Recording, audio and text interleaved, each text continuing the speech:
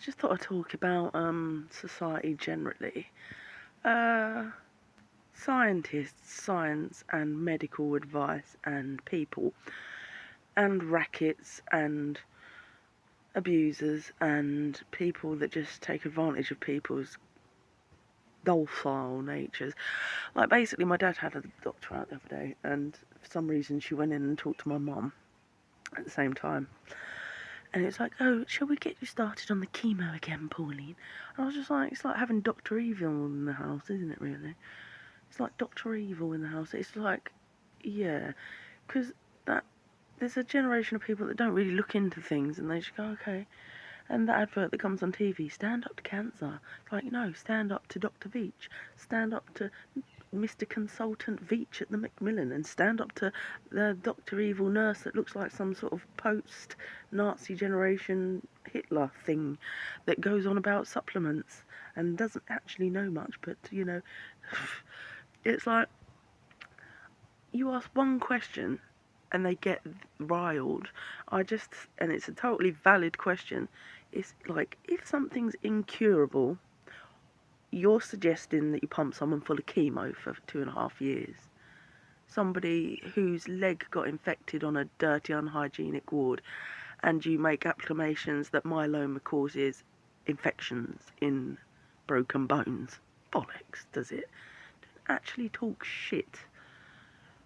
Your blood doesn't get infected from a broken bone. What happens is, if you got an extremely bad break, it probably gets hostile, your blood. Probably overworks, right? So that's what I believe happened to my mum. And it's like, I was there for every single scan she went through in the 6 weeks she was in the hospital, other than the biopsy on her bone that showed that she had myeloma in her bone. Now, to me, it sounds like a very convenient thing to give someone so you don't sue for hygiene purposes, right? And the one question I asked was, if myeloma shows inflammation in the blood attacking the bones, and you at the face-to-face say, oh, the inflammation markers are down, now your blood's looking great, what more could you ask for then? If the blood has no inflammation, why would you carry on giving something like chemo then, if the blood shows no inflammation? I said, is it worthwhile if all the pills have got all these warnings about knocking out kidneys on them? Why would you give that part of the treatment? Because as far as I'm concerned, if myeloma just makes holes in bones, isn't that the same as osteo? Can't my mum just get, therefore, bone infusions? Get all the bone infusions, because what happens once you're in the hands of the Macmillan? It's like you're just palmed off, because you go down to the GP and say, my mum really needs like a injection in her knee, like osteo injection, I think she'd benefit from. And you have all these conversations with the GP, and the GP goes, oh, okay, yeah.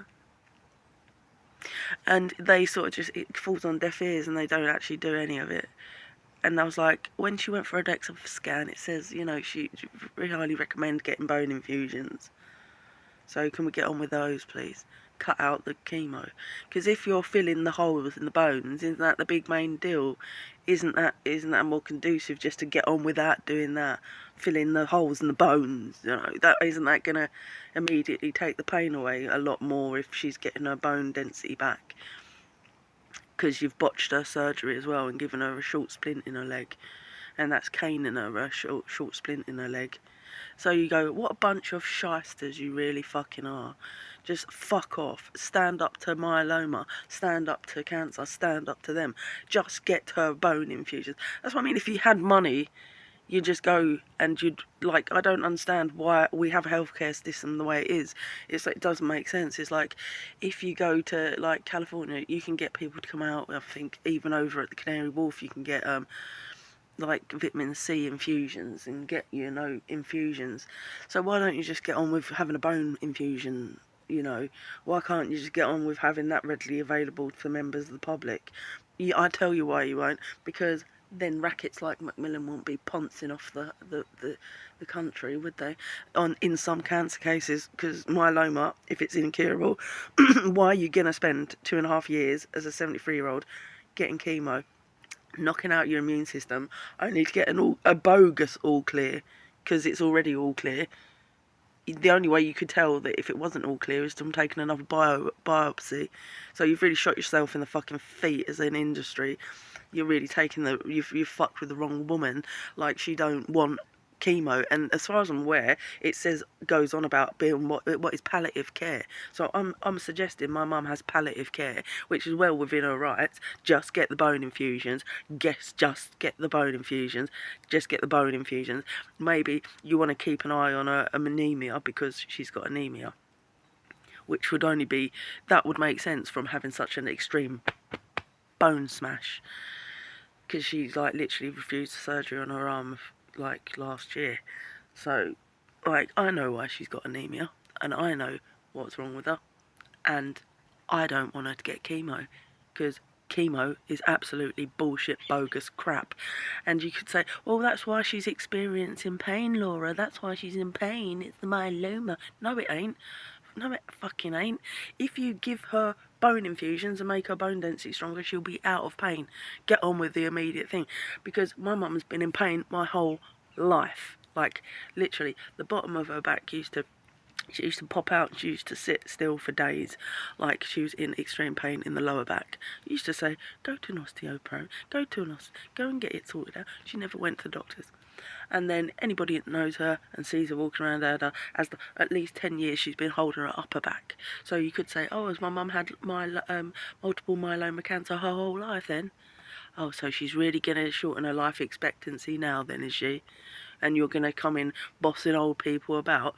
I've actually seen this country for what it is now. It's a dirty, satanic piece of shit that doesn't care if it shortens life expectancy. It doesn't say to the elderly people, here's your bone infusions, get your bones strong, you know, start fixing your dexterity in your spine and do things for yourself.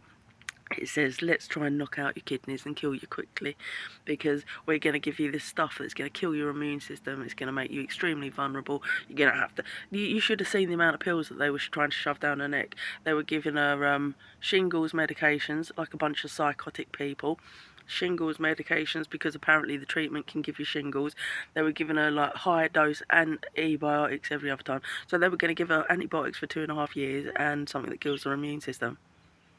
They're literally murderers. I mean, do you want to bring a lawsuit against me for actually defamation and slander for a change? Because it seems to me that the police just want to defamate and slander all over people. It's just like the whole country's just full of psychotic people on the low down, innit? So that's what I thought I'd share with you.